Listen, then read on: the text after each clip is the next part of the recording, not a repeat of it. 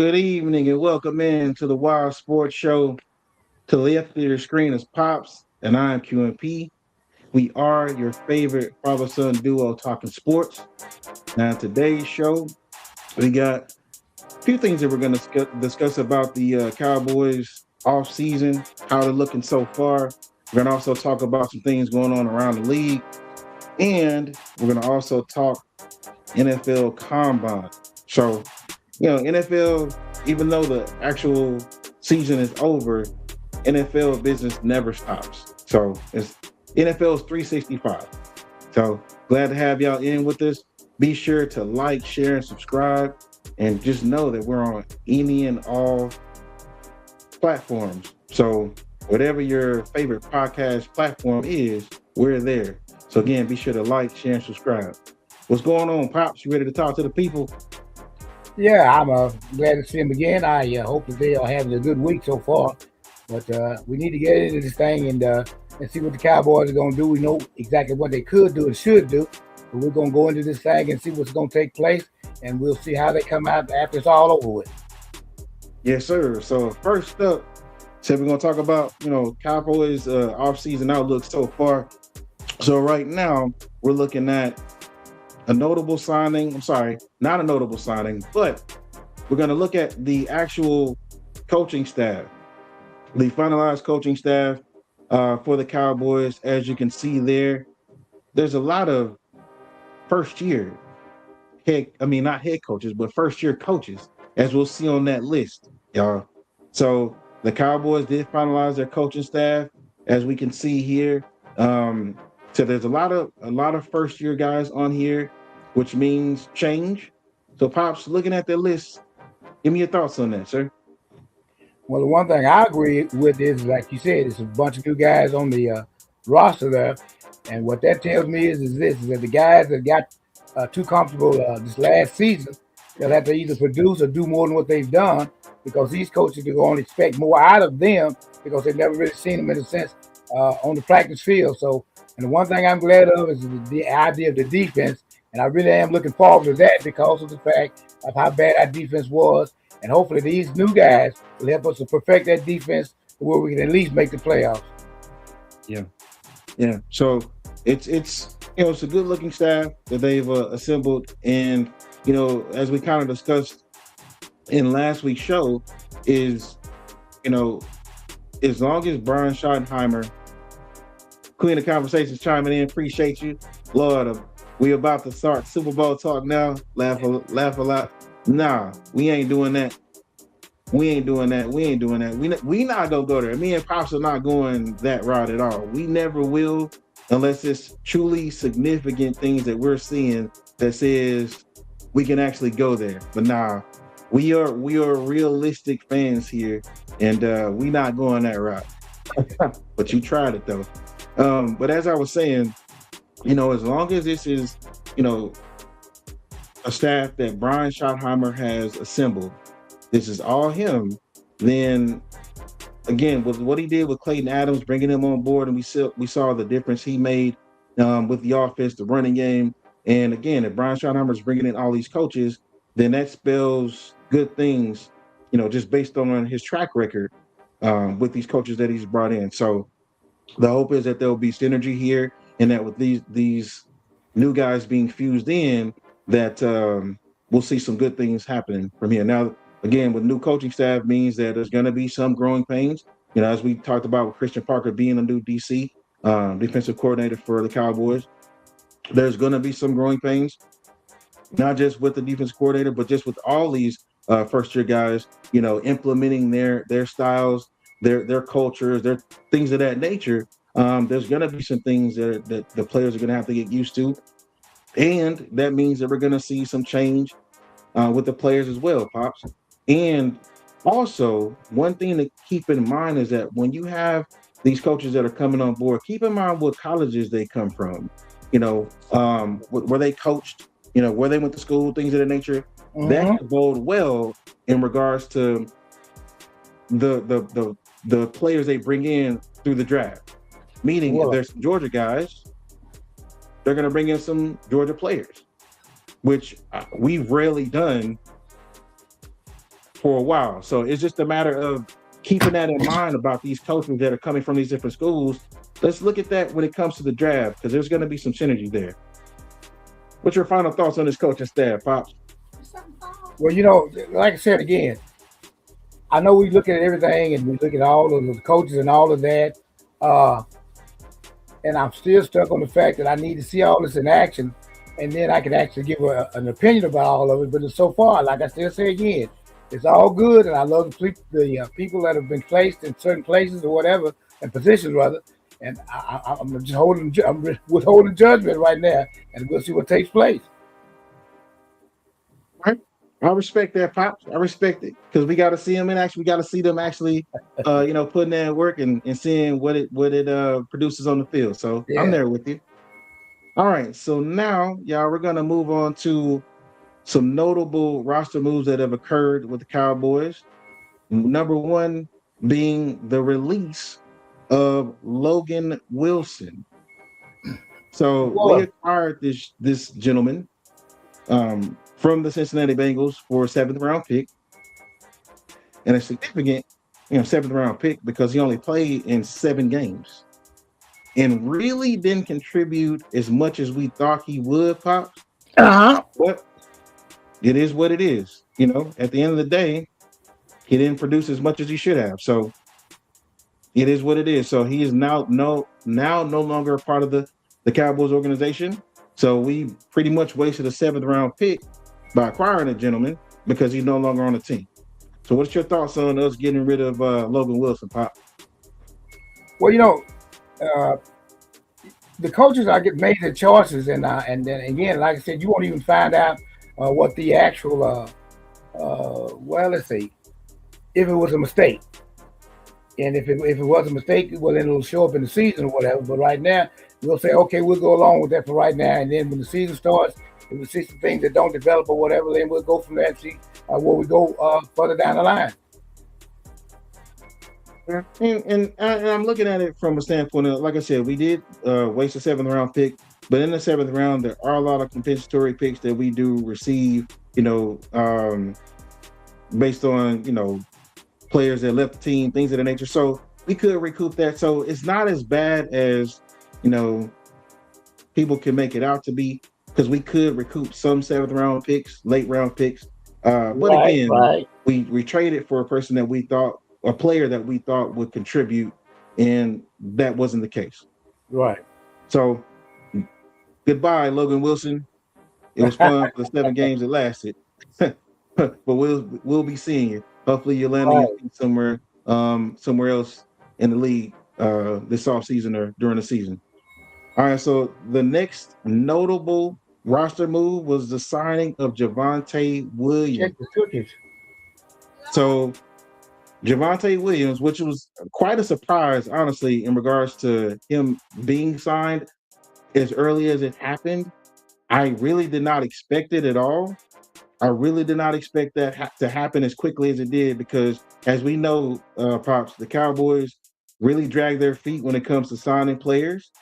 They really drag their feet, and so at the end of the day, it was surprising to see them do this as early as they did. And just give me your thoughts on them re-signing Javonte Williams. The deal was actually, Pops, 3 years, 24 million with I think 16 million fully guaranteed. So before you go though, Pops, it's in essence a 2 year, $16 million deal. Because again, 16 million of that is guaranteed. So we have him for 2 years, and then we'll see about the third. But give me your thoughts on Ushan and Javonte Williams. what due to the fact of what the guy did this past season, nobody knew what he would do, and he's shown us that he can actually be the running back that the Cowboys need. And I think I love that signing because of the fact the guy was trying to show everyone that he still had it, and hopefully he'll go through, shall I say, produce even more this coming season with Pickens.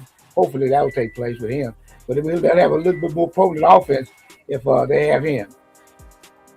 Well, the thing that I looked at also with us resigning him is, he wore down towards the end of the season because he was a bell cow running back for us.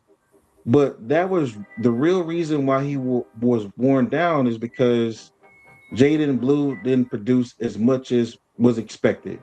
Yeah, we got some good production from Malik Davis, but the hope and goal was that Jaden Blue would produce a lot more than what he did. Now we've seen flashes from Jaden Blue, but the thing that I think will help us out the most with this signing, which I'm pleased that they signed him. Don't get it wrong. I'm very pleased that they signed Javonte Williams to this 3-year deal. But in order for this to really work, Jaden Blue is going to have to really produce a lot more compared to what he did this past season. He Yeah, can't right, be right, sitting in the doghouse, the coach's doghouse, and being healthy scratchers throughout most of the season. That's not going to work.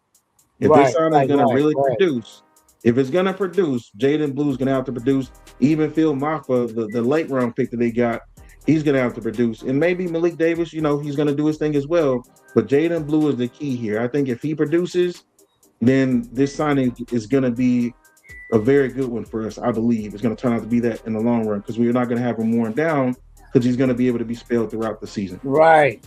Your cookies, man.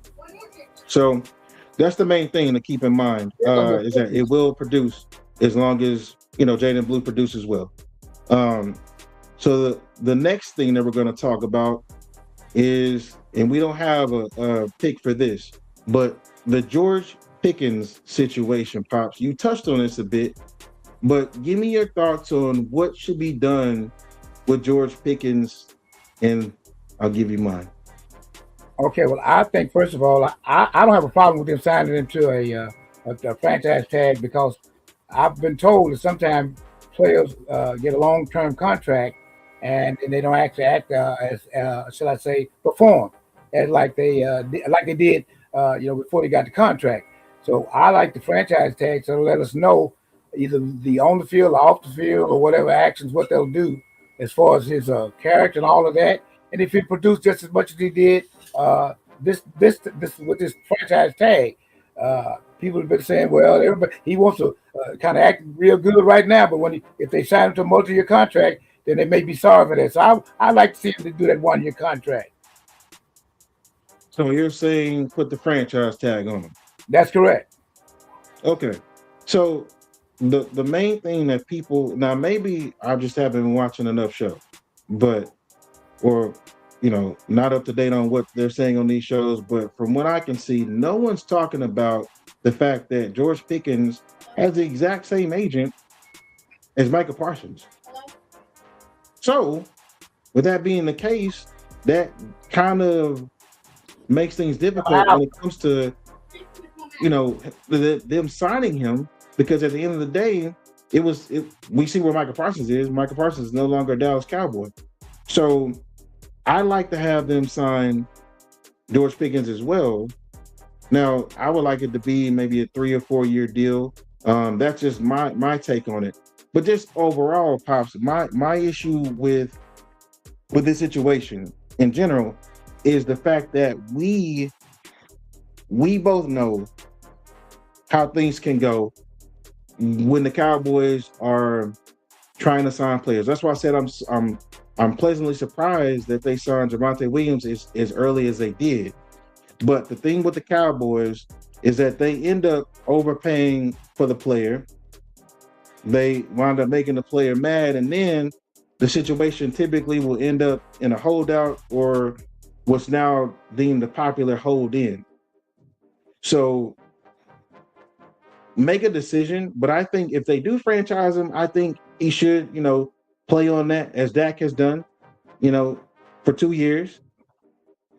But at the same time, it just needs to be where they keep in mind that they need to keep this synergy on offense. George Pickens is part of that. So that's just my thoughts on it. George Pickens, I think he can. I think he can still produce at a high level, even though this was a proven year for him this past season. But I think signing him to a 3 or 4 year deal will be ideal. Franchise tag, we'll see. But we just don't know how he'll react when it comes to this franchise tag. We've seen how he is when he doesn't get the ball his way. We've seen how it is, when he's relaxed on plays, things of that nature. So we don't know how he's going to be on this franchise tag. So that remains to be seen. So we'll see. But Give me your final thoughts on George Pickens, pops. Just one more time. What do you think we should do?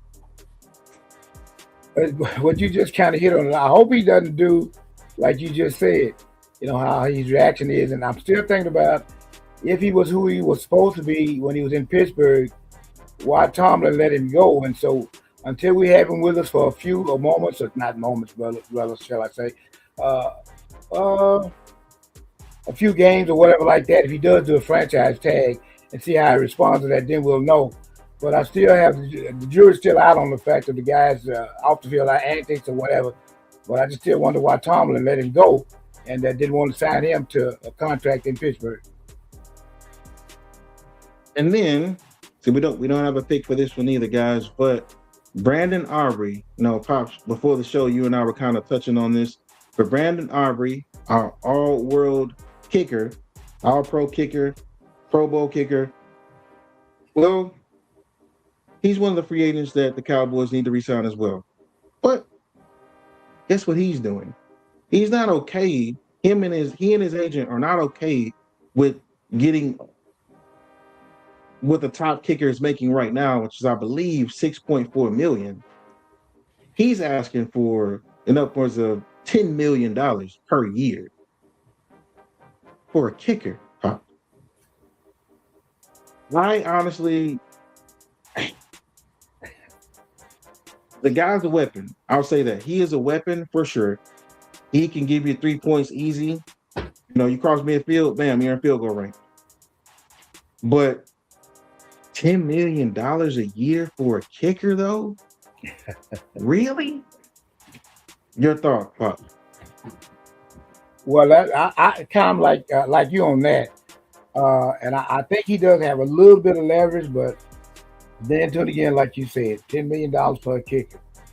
I think the problem with that is if anything happens to him or whatever, or even the fact that he made slack, shall I say, drop down as far as the amount of kicks he's made or can't make or whatever.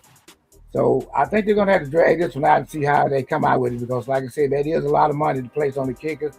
And there are a lot of kickers out there, and I don't know if they're in the draft or not or whatever, but I'm kind of afraid about the fact that $10 million kind of scares me off. Yeah, it's I see a comment here, Queens of Conversation, 10 million. Heck, I'll kick. I hear you there. But I just can't see it happening. I can't see them doing 10 million a year. Like I said, he is great at what he does. But I mean, I think it should be understood as well from his point of view, or from his standpoint. Like, what were you doing before the Cowboys signed you?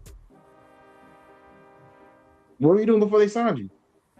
You weren't part of any NFL team. You were part of one of the other leagues. So what are we doing here? So I think it's got to be a bit of give and take, where his agent and him, they have to be realistic and understand $10 million. Come on now. Let's meet at maybe like 8, maybe even 9. But 10, that's ridiculous. I don't see us doing 10 million. So we're gonna leave it there on Brandon Aubrey, but hopefully they'll get that deal done. I don't think I've ever remembered seeing a kicker holding in or holding out, but I don't know. We may have that happen if he doesn't get what he wants, but we'll see. We shall see, Pop. All right, so now, y'all, we're gonna go around the league. First, we're gonna talk about the amount of new offensive coordinators that are now in the league. With new, well, sorry, let me rephrase that. 21 NFL teams now have new offensive coordinators. 21. That's more than half the league, Pops. So, what that tells me is there's probably going to be some slow starting offenses to begin the year. Because with new offensive coordinators means new systems, players got to get used to it, all those things. The only difference may be the Lions.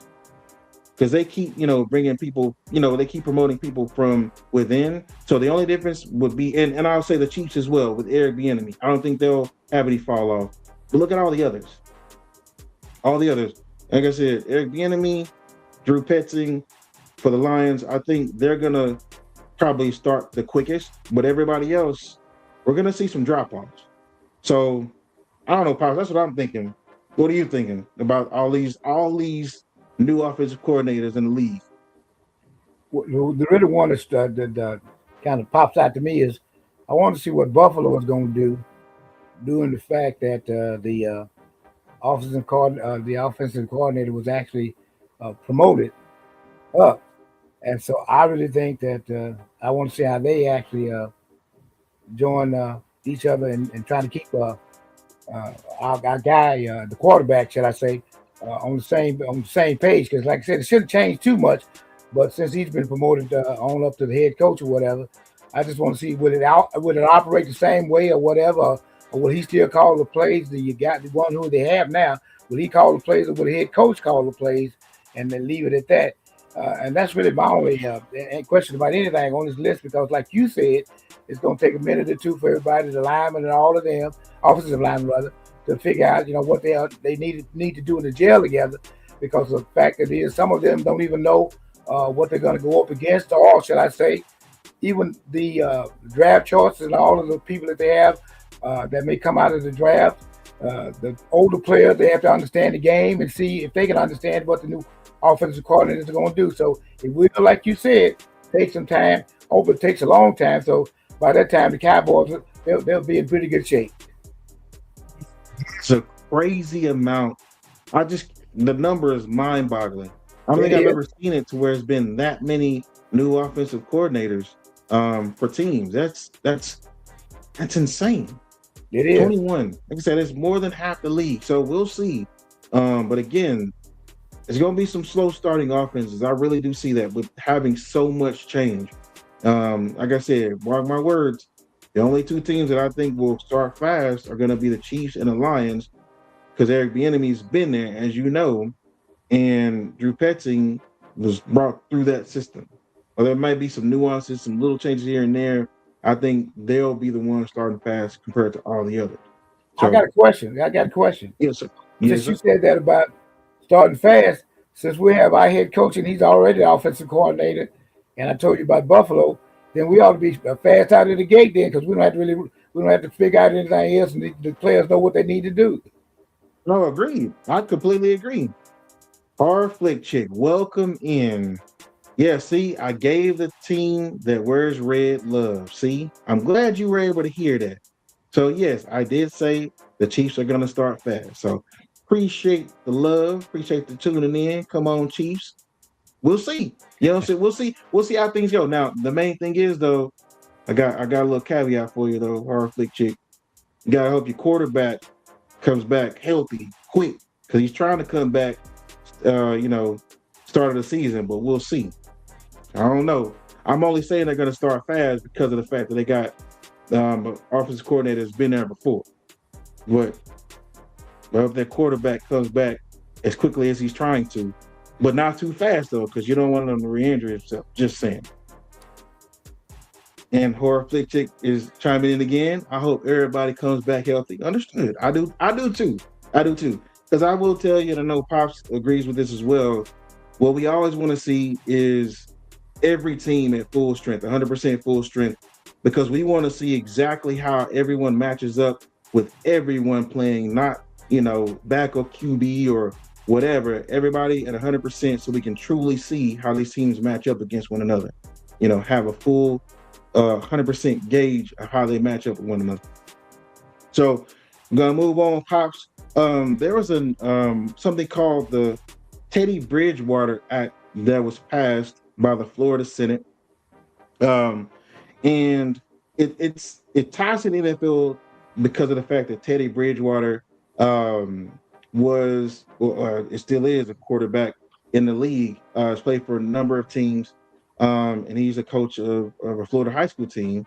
And the act is basically saying that they will get um, a $15,000 personal fund to be able to utilize for players. And my apologies, guys. I jumped the gun just a little bit. So we're going to go back. We're going to talk about the Teddy Bridgewater Act. But before that, we're going to talk about the tush push. Okay. So the tush push, there were no proposals for the tush push to be banned this time around. So as we know with the combine, there are a lot of meetings that take place. League meetings take place. They propose rules, things of that nature. And so with them having this meeting prior to the combine, to the start of the combine, people were thinking that there was going to be a proposal for the tush push to be banned. Well, no one came out with it whatsoever. No one proposed for it to be banned whatsoever. So the Philadelphia Eagles are going to continue to utilize this play, despite a lot of teams truly despising it. Pops, give me your thoughts on the tush push.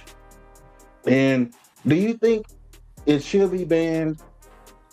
If so, why? If not, why? I think it can stay in there.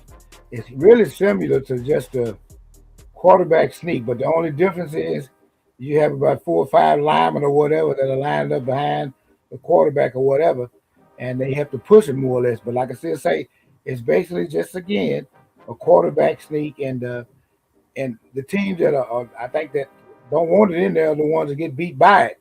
And so what you can do is you can install it in your offense, and you can actually, well, I say, utilize it against the teams that do it against you. So the main thing is just a simple quarterback sneak with other players helping to push.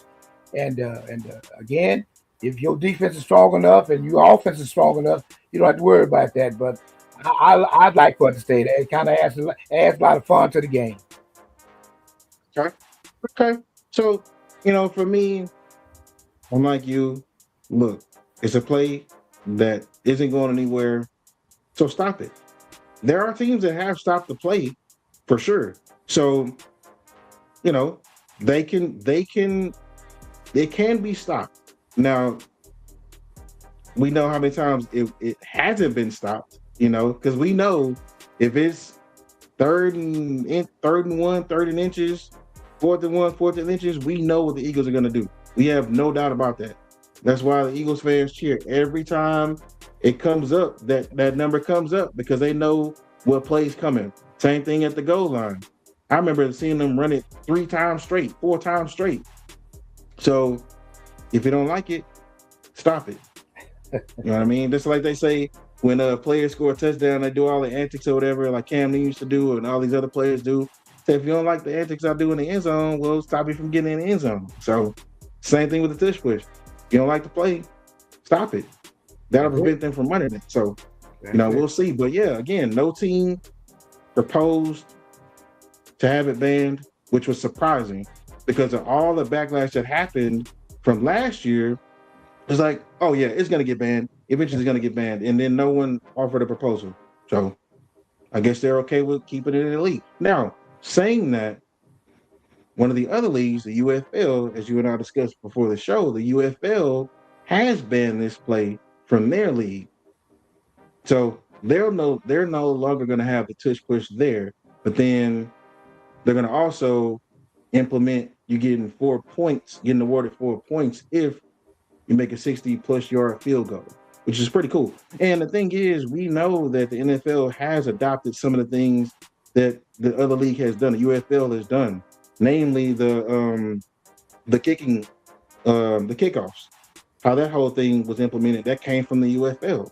So eventually, the NFL will adopt something from that other league. They've shown a precedent to do that. So I think it'll be no different. I don't know if they'll award 4 points for 60+ yard field goals, but I think eventually that tush push is going to get banned, just not right now. So moving on, guys, as I kind of touched on, the new Teddy Bridgewater Act was passed by the Florida Senate. As I said, I kind of touched on this a few minutes ago, but this Teddy Bridgewater Act, it's basically giving the ability to coaches to utilize $15,000 in their personal funds to be able to help out players, to assist players. So, Pops, I know you're big in high. This is affecting high school ball, and it's touching the NFL a bit because, again, as I mentioned, Teddy Bridgewater has played for numerous NFL teams and is a head coach of one of the Florida high schools. So, give me your thoughts on this act being passed, and what it'll do, for the landscape of high school football. Uh, I want to say that high school football is almost kind of catching up to college because I know some players that have actually they're signing some kind of like contracts, NIL contracts or whatever like that. And so I think that all of us have to shall I say, adapt to the fact of what the people in Florida passed.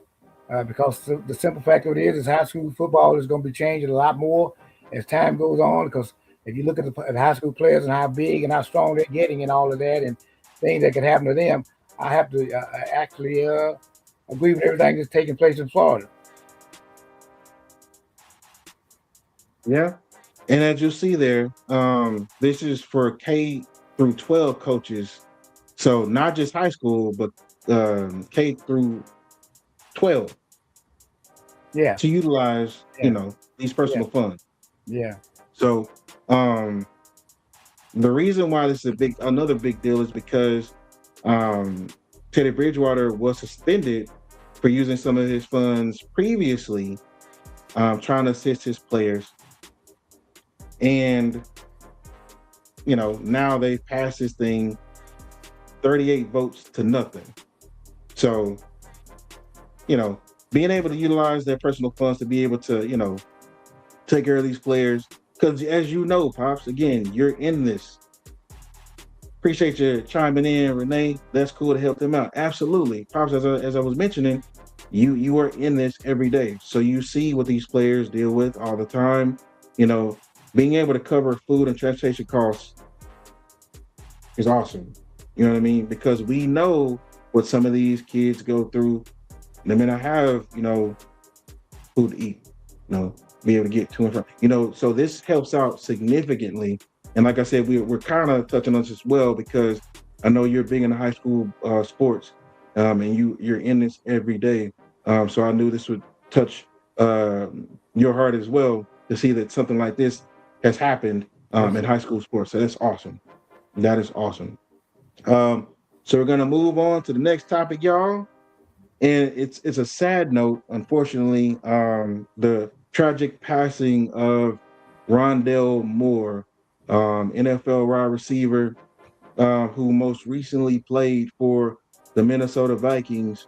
Um, I mean, yet again, and what reports are saying is it was an apparent suicide. So, Pops, you and I talked about this, um, when it came to Marshawn Leland, you know, former Cowboy defensive end who took his own life. Yes, sir. So I'm gonna give you the floor, Pops. Just your thoughts and yeah, just give me your thoughts. Well, when I saw that, it's kind of sad my heart for the simple fact of it is there's another player.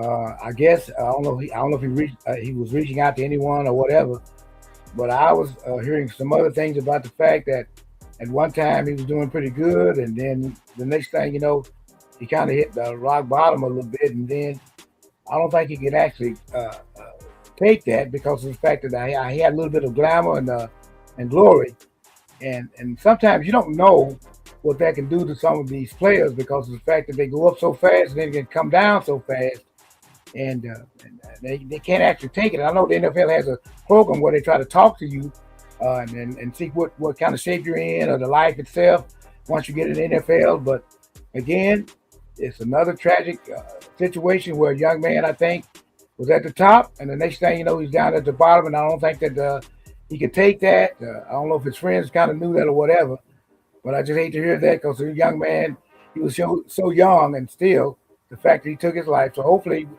I still say again that we can try to do something about this because it doesn't have to take place, but some things you possibly just cannot stop, and you don't know all people's thoughts. We just have to kind of pray about that and make sure that we're around them as much as we can be. Hey, Pops, Quitting Conversations is asking that you give that number for the suicide prevention. Can you give us that number, please? Uh, right now, I don't know if you do. You have the number. I don't have it handy with me right I now. do. It's 988. So listen, as we said before, with the tragic passing of Marshawn Nealon, y'all need someone to talk to. You need help. Before you do anything, please dial 988 to get help. Please. Asking. There's a second one that I've known of, you know, this is within months of one another. This ain't years, this is months. So something's going on. And we had a comment previously saying what's going on with these suicides, quitting conversations. I don't know. But something's happening. Something's happening, and the Marshawn Nealon thing should have been a wake-up call for sure. But to have it happen again months apart, just months apart, the league's got to do something. Like, do something about this, because yeah, there are no words. There are no words. When I saw this, I was stopped in my tracks to see what had happened, because I was like, well, what? And to see that it was another apparent suicide, it was unbelievable. So again, guys, the number 988. Please dial that number if you need help. Do they have therapists for their players? Yeah, they do, which is why this is surprising. This is why it's so surprising. So again, there's a number, y'all. Please be sure to dial it if you need help. Before doing anything, please get the help you need by dialing the number 988. Please, please, please. So we're gonna move on a much more positive note. Talk about the NFL Combine. Pop. The NFL Combine is now underway. It started with the league meetings that I kind of mentioned earlier. Um, so the Combine this year is the 23rd to March 2nd.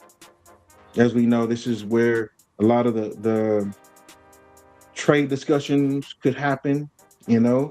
Um, a lot of conversations happening, not just, talking to draft eligible players, but we're talking about other trades, that could potentially be on the table, like an AJ Brown possibly getting shipped off somewhere. There was something weird that I heard about a possible conversation of CJ Stroud being traded. And I think it came off the heels of their quarterback that was a backup for them that played very, very well. Well, I won't say very, very well, but he played well enough for them to be in the playoff hunt. And then essentially the games he won for them allowed them to be in the playoffs. And when CJ Stroud came back, he didn't play so hot. So, we'll see how that goes. Now the GM of the Texans shut it down, talking about it was moronic thoughts. People saying that CJ Stroud could be traded. But I'm only just mentioning some of the things that are discussed, during the Combine, because again, it ain't just about draft eligible players. It's about other players being moved as well. Veteran players, great players being moved. Pops, give me your thoughts about the Combine, and just, I know you're as passionate about it as I am. So just give me your thoughts on what do you think about the Combine and, it getting underway.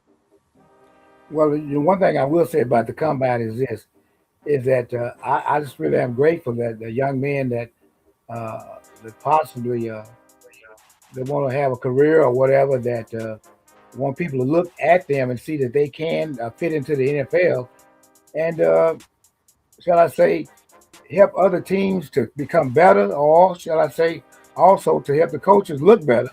But my thing about this is the whole thing is this: these young men have an opportunity, because there are a lot of young men that will never get to play in the NFL, but this gives them an opportunity for the coaches to look at them and discuss trades or whatever, and to make it to where those families that are looked at or through their shall I say, young men, the sons or whatever. I guess you could say that mainly the sons. But yeah, this helps a lot of families on the backside of this because they have an opportunity to show that they have a chance to play in the NFL and hopefully they'll succeed in that. And you'll see them in the upcoming season in the NFL. So along those same lines, we're going to talk about some of the players that are going to be participating. Okay. So Caleb Downs is one of those guys. He's a safety for Ohio State who's amazing, which I would love to see him in a Cowboys uniform. Reuben Bain Jr., who's a defensive end from the Miami Hurricanes, who's an awesome player as well. Again, another player I would love to see in the Cowboys uniform.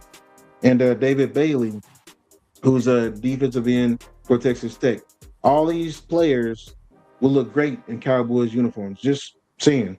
The way they produced in college, I think they will translate very well to the league. Now, will one of these players be available when the Cowboys pick either 12th or 20th? Possibly. Possibly. Now, another note to pass on is that, as was widely expected, and it was kind of mentioned,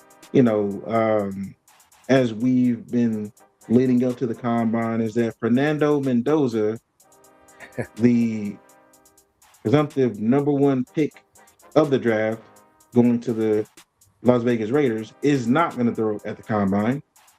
He will not be throwing at the combine. And I understand why. He wants to make himself look good at the pro day as opposed to throwing to players he's never thrown to at the combine. Now, that could be a good thing and a bad thing, right? So, Pops, give me your thoughts on Fernando Mendoza not throwing or deciding not to throw at the combine. Well, I think if you look at the young man's resume, I think he's living off of that because of the simple fact of what he's done for Indiana in the last 2 years, and also winning that Heisman Trophy and winning the national championship and all of that. And so I think he said to himself, I don't have to prove anything to anybody. And once I get in the NFL, I can show them what I still can do. But again, his resume it already speaks for itself. So I'm saying and agreeing with him. I'll just see what they're going to do. And when we get in the NFL, we'll see what he can do when he gets there. And as I was mentioning, I agree with the fact that, him not throwing in the combine it's gonna bode well, in his eyes, because he's gonna be throwing to guys at his pro day that he's been throwing to all season long throughout the entire college football season. And he was saying that he also wanted to be of as much help, as much of assistance as he could be for his teammates, because he wants to make them look good in the pro scouts' eyes as well, which is admirable, But again, as I was mentioning, we've seen how quarterbacks can make their stock rise at the combine or make it fall. Got a comment from Brandon. What's up, guys? Hey, man, appreciate you tuning in, brother. Thanks for chiming in, man. Thanks for the love, brother. But again, the combine makes stocks rise and fall. So it's made some quarterbacks shoot up the draft boards, and their performance at the combine, if it was terrible, made them drop significantly. So, I'm super competitive. So my thing would be, okay, well, I'm gonna show you what I'm able to do. Again, I get Fernando Mendoza's reasoning for not throwing. I get it, for deciding not to throw. But the competitor says, I'm gonna throw to anybody. Doesn't matter. I'm throwing to anybody. If I had NFL skills, that's what I would do. Just saying. Because look, at the end of the day, I'm gonna show you what I'm made of that I can throw to anybody. Because we've seen quarterbacks do that at the combine, Pops, right? Yes, sir. So, so we'll see. But again, I understand his reasoning, but I don't agree with it. But hey, do your thing, man. We're gonna also talk about the Cowboys' needs here, Pop. As I was mentioning, 3 players that are notable players that are going to be participating at the combine. The Cowboys' needs, with them signing Javonte Williams, are now edge rusher, secondary, and linebacker. Right. So just give me your thoughts on, the Cowboys, what they should do in a draft, and do you think they need more than just these three positions, or these all we need? Should we go defense or get a mix of offense defense? I really think that right now we should get a whole we should draft all defensive players and get rid of everybody else that we have. Now I'm just kidding with it, but anyway, yeah, they do. I think I'm hoping that they'll sign Clowney back. And that'll give us something, at least a little bit of hope on that side. And I think we got maybe two or three players that I think I would like to keep. But overall, I think we really should look at other young defensive players that actually show more physicality than some of the ones we already have, and show that they can play just as well as the Seattle Seahawks. Because I looked at that defense and I said, hey, hopefully the defensive coordinator we have now will look at that and say, hey, look, we can play just as well as the Seahawks can, and hopefully again we look at the physicality in the combine and get players that can hit, hold, and tackle. I agree, Pops. Now, get rid of all the. You know what? I really wish that we could do that. Now, with the exception of like two or three players, as you mentioned, Quentin Williams being one of them. Yeah. And maybe Kenny Clark, being one of them. Um, Demarian Overshown, maybe, but appreciate you tuning in, Brandon, chiming in. We need some corners. Hey, you're right. Now he did. That's a sore subject there, because I was listening to a show earlier today, and they were talking about that Stephen Jones, Jerry Jones, made brag about the fact that they signed Trayvon Diggs and Deron Bland, early on, but those turned out to be terrible, terrible signings. Again, hindsight's 2020, but goodness gracious, um, not looking so good right now. So I agree with you, Brandon. Again, appreciate you chiming in, brother. That we do need corners for sure. That's why I was mentioning, just not just corners, but secondary in general. Um, I think our safety play needs to be much, much, much better. We just look like we're on an island, you know, deep passes left and right, making quarterbacks look like all pros, having career years. We need to revamp that entire secondary in general. So Pops, as I mentioned about Caleb Downs, he's one of those guys that could truly help turn around the secondary for sure. And now this draft isn't significantly deep with corners. Uh, they're mainly rich. It's mainly rich with defensive ends. So, we'll see how things go. What we will possibly do as far as these two picks that we do have. Will we move down? Will we stand pat and pick at 12 and 20? I don't know. Um, but again, this draft is deep with defensive ends. Got another comment from Brandon. Bland is a liability. You got to have some ball hawks since they are going 3-4 defense. Agreed. And as I mentioned, having a deep draft for defensive ends can bode well for that. We do have our technically our three defensive linemen, and I forgot to mention Odigizua being one of those defensive players that we should keep as well. So we have our three guys, but if I were to say something, Pops, just my complete thought on this is defense. We need to draft straight defense. Forget any offensive guys, straight defense. What do you think about that, Pops? Just straight defense, nothing else. Well, like I just said, I'll give you one little tidbit. Trayvon Diggs, that shows you what kind of draft choice it was. It was good at one time, but when you go to the Green Bay Packers and you're only there for maybe a month, maybe or whatever, and they let him go, that tells you a little bit about that. 'Cause everybody thought, well, the Cowboys maybe should have kept him now. But anyway, going back, like you said, to the defense itself, I'd like to see, again, the physicality of the whole team. The defensive backs need to be those that hit and can hold, like I said, and are not afraid to hit someone. And then, when the guy's coming at them, close their eyes or whatever, I have to still point back at even the Philadelphia Eagles and the Seahawks and how they play defense, and even the 49ers. I don't know what it is about the Cowboys. It seems as if they are not, well, with this new defensive coordinator, hopefully that'll change. But the defense that I saw, it seemed like they're more prone to missed tackles or whatever. So hopefully we can straighten this thing out. And like you said, we may just need to just do straight defense. Brandon's saying what he said about Bland being a liability. Now, with Christian Parker coming in, one of his specialties is secondary. And, the young players from the Eagles, their recent draft choices of this last year or two have come out and said how much Christian Parker has helped their career.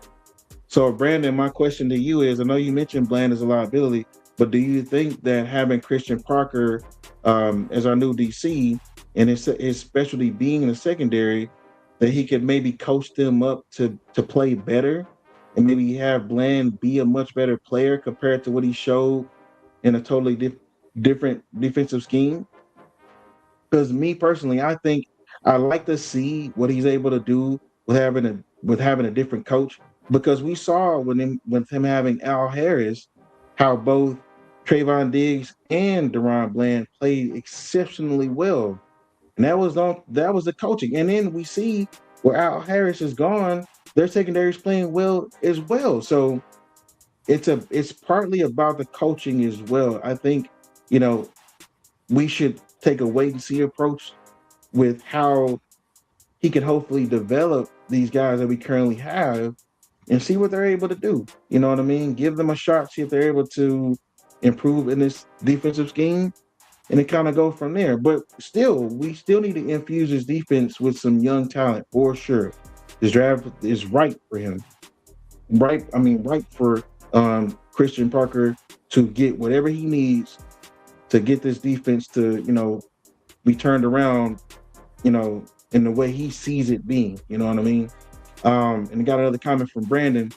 I call him a liability because he can't stay healthy. You need ball hawks that aren't always going just for the pick six, make some tackles. I agree. No, you're right. You're right. He is off injured, and we can say the same thing about Trayvon Diggs as well. Where what is it? Perhaps the best of ability is availability, and we can probably count the number of games on our fingers that they play together, over the last two seasons. So you are right. The liability is because he is off injured. And so we'll see how it goes. Maybe having a new coach will get him to be a little bit healthier. But we'll see how that goes.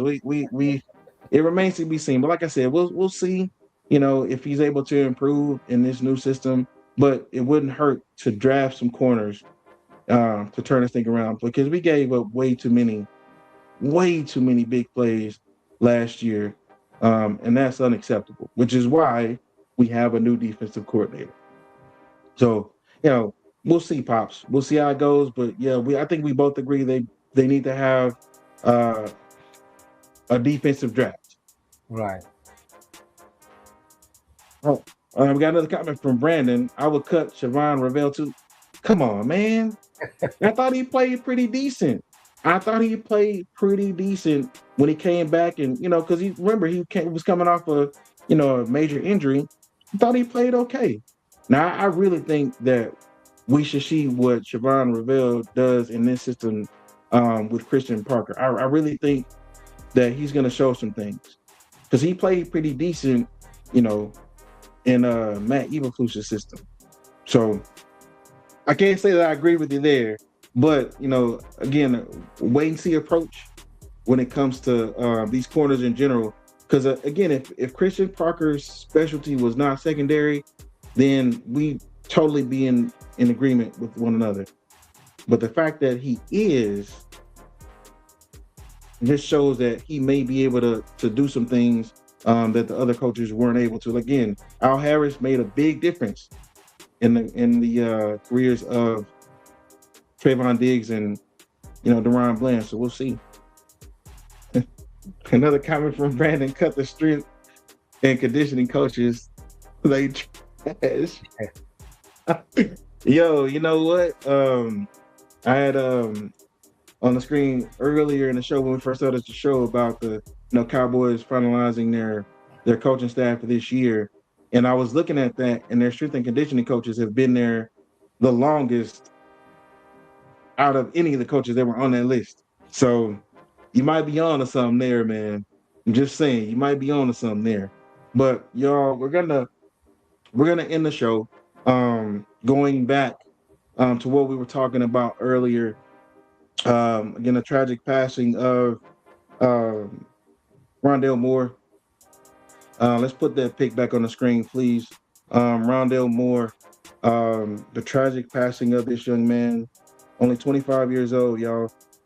25 years old. And again, we're bringing this back up because it's extremely important to make sure you get help, y'all.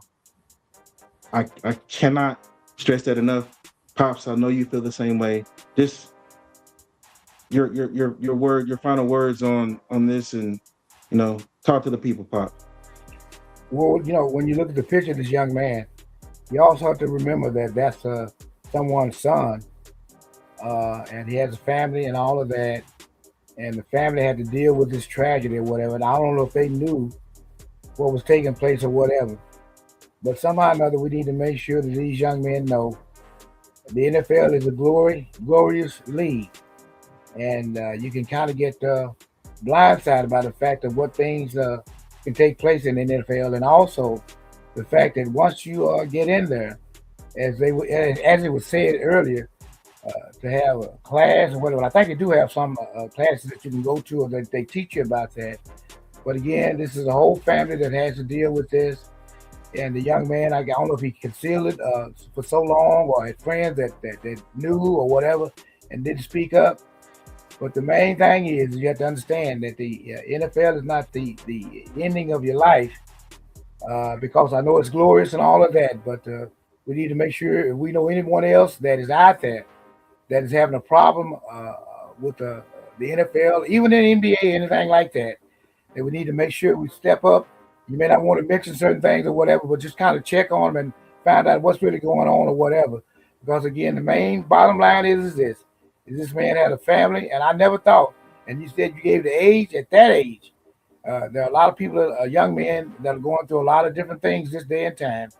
But if we know anybody in the NFL or wherever, any kind of sports that may be having problems, we need to all speak out or whatever and say something before this thing takes place. And some, you can't stop all of them, but you can stop some.